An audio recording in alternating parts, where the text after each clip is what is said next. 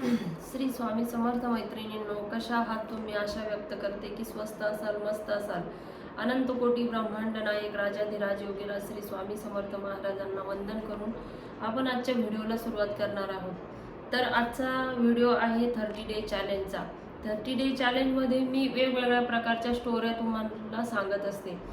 तर स्टोऱ्या सांगण्याचा माझा उद्देश म्हणजे आपण जेव्हा एखादं स्पीच देतो किंवा एखादं वक्तव्य आपण सांगतो समोरच्याला, मग त्यातल्या काही ज्या गोष्टी असतात त्या काही कळतात, काही कळत नाही. म्हणून एक म्हणजे त्याचं एक साधन म्हणा किंवा मग ते समजून घेण्याची एक कला म्हणा की ज्यातून आपण ती गोष्ट पुरेपूर समजू शकतो. म्हणून मी आपल्याला मोटिवेशनल स्टोरी शक्यतो सांगत असते. कारण काय होतं की आपल्या आयुष्यामध्ये खूप अडचणी असतात.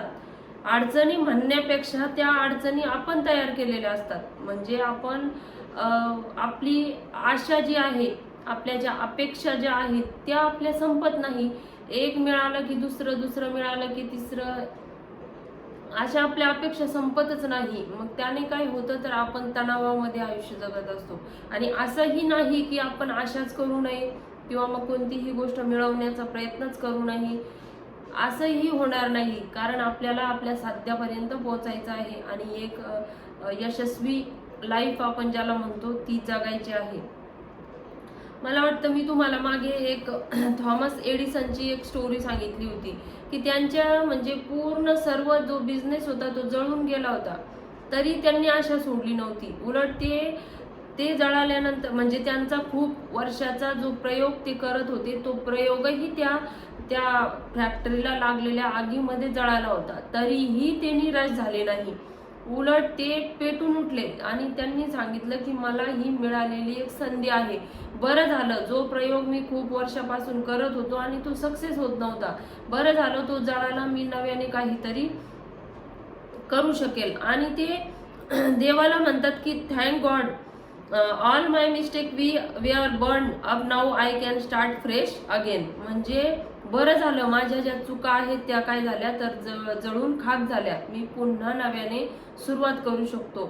तर असे जर विचार आपण आपल्या आयुष्यामध्ये ठेवले, कोणत्याही एखाद्या घटनेने जर आपण खचून गेलो नाही, तर निश्चितच नवीन काहीतरी करण्याची उमेद आपल्या आयुष्यामध्ये आपल्याला नक्कीच येत असते. अशीच एक गोष्ट आहे की एका पेट्रोल पंपावर एक कामाला मुलगा असतो जो पेट्रोल भरण्यासाठी, तर त्या मुलाचं काय स्वप्न असतं की त्या पेट्रोल पंपावर ज्या ज्या गाड्या येतात, चांगल्या चांगल्या म्हणजे खूप महाग गाड्या ज्या असतात त्या येत असतात.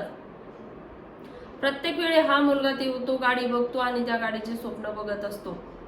आता स्वप्न बघणं काही वाईट नाही, परंतु त्या स्वप्नाला पूर्ण करण्यासाठी त्याला कष्टाची जोड द्यावी लागते.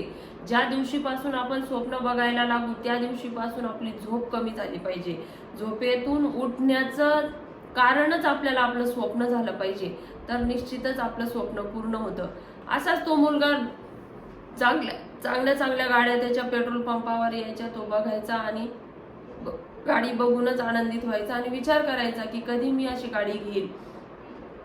असंच एक दिवस त्याच्या पेट्रोल पंपावर खूप महाग म्हणजे खूप हायेस्ट प्राइसची गाडी त्याच्या पेट्रोल पंपावर पेट्रोल भरण्यासाठी आली. ती गाडी बघून तो आश्चर्यचकित झाला. त्याने त्या गाडीमध्ये पेट्रोलही भरलं आणि पेट्रोल भरल्यानंतर जेव्हा तो त्या मालकाकडे पैसे घ्यायला गेला तेव्हा त्याने त्या मालकाला विचारलं की या गाडीची किंमत किती आहे. तर त्या मालकाने त्या गाडीची किंमत 80 लाख रुपये सांगितली. त्या मुलाला खूप कुतूहल वाटलं. त्याला वाटलं की आपल्या आयुष्यामध्ये आपण ही अशी गाडी घेऊ शकू का, असा विचार तो करू लागला. आणि त्याने त्या मालकाला म्हटलं की माझ्या आयुष्यामध्ये मी अशी गाडी कधी घेऊ शकेल. तेव्हा तो मालक हसला आणि त्याने आपलं व्हिजिटिंग कार्ड काढून त्या पेट्रोल पंपवाल्या मुलाला दिलं. त्या मुलाला दिल्यानंतर त्याला सांगितलं की आता मला कामाची घाई आहे, पण या कार्डवर माझा नंबर आहे आणि तू मला निवांतमध्ये फोन कर. नक्कीच तुझ्या आयुष्यामध्ये हा दिवस येईल की ज्या दिवशी ही गाडी तुझ्याजवळ असेल. मग तो गाडीवाला निघून जातो आणि हा पेट्रोल पंपावर काम करणारा मुलगा जो आहे तो विचार करतो दिवसभर कामामध्ये की का खरंच हा माणूस मला अपॉर्च्युनिटी देईल का, चान्स देईल का. तो त्याच विचारत असतो आणि खरंच असं होईल का, मी तर इतका साधारणसा कामगार आहे आणि माझ्याकडे इतकी महागाची गाडी येईलच का, या विचारात तो अख्खा दिवस घालवतो. आणि जेव्हा त्याची ड्युटी संपण्याची वेळ येते तेव्हा तो ती चिठ्ठी फाडून फेकून देतो. ती चिठ्ठी फाडल्यानंतर तो घरी जातो, त्याचं डेली रुटीन चालू असतं, पेट्रोल पंपावर यायचं, आपलं काम करायचं, काम संपवून घरी जायचं, असं करत करत 5 वर्ष निघून जातात. तो त्या ड्युटीवरच असतो. काही अशा प्रमाणामध्ये त्याच्या पगारवाढ झालेली असते, परंतु परिस्थितीमध्ये काही फारसा बदल झालेला नसतो. परंतु 5 वर्षानंतर त्याच पेट्रोल पंपावर अजून एक ती सेम गाडी येते. ती गाडी आल्यानंतर हा पेट्रोल भरायला समोर जातो आणि ती गाडी त्याच्या लक्षात येते. पण बघतो तर त्यामध्ये जो ड्रायव्हर असतो तो वेगळा असतो, म्हणजे जो मालक असतो तो वेगळा असतो. तो त्या मुलाला, तो जो गाडीचा मालक आहे तो विचारतो, कसा आहेस? याला आश्चर्य वाटतं की तो जो ड्रायव्हर बसलेला असतो, जो गाडीचा मालक असतो, तो असतो यांच्या पेट्रोल पंपावर झाडू काम करणारा, साफसफाई करणारा कामगार असतो. या मुलाला कुतूहल वाटतं की याच्याकडे ही गाडी कुठून आली.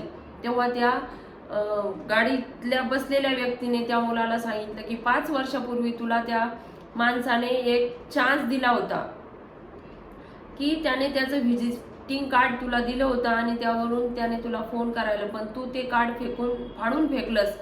ते कार्ड डस्टबिन मधून मी जोडून त्याचा नंबर घेतला, त्याला फोन केला आणि त्याच्याकडे गेलो. त्या माणसाने मला जॉब दिला, त्यानंतर मला बिझनेस करण्याची आयडिया दिली आणि मला कामाला लावलं. या 5 वर्षामध्ये असा बदल, बिझनेस मधून असा बदल झाला की मी आज ती गाडी माझ्याजवळ आहे. आणि हाच चान्स जर तू 5 वर्षापूर्वी घेतला असता तर तू आज इथं पेट्रोल भरत उभा राहिला नसता. आणि असं सांगितल्यानंतर त्या पेट्रोल पंपावर काम करणाऱ्या मुलाचे डोळे भरून येते आणि तो विचार करतो की मी जर ही अपॉर्च्युनिटी, हा चान्स जर मी स्वीकारला असता तर निश्चितच आज मी या जागेवर असतो.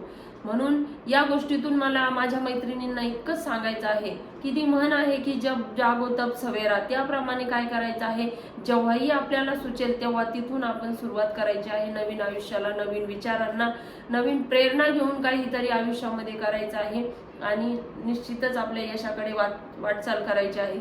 ही गोष्ट तुम्हाला कशी वाटली कमेंटमध्ये नक्कीच कळवा. सर्वांना श्री स्वामी समर्थ.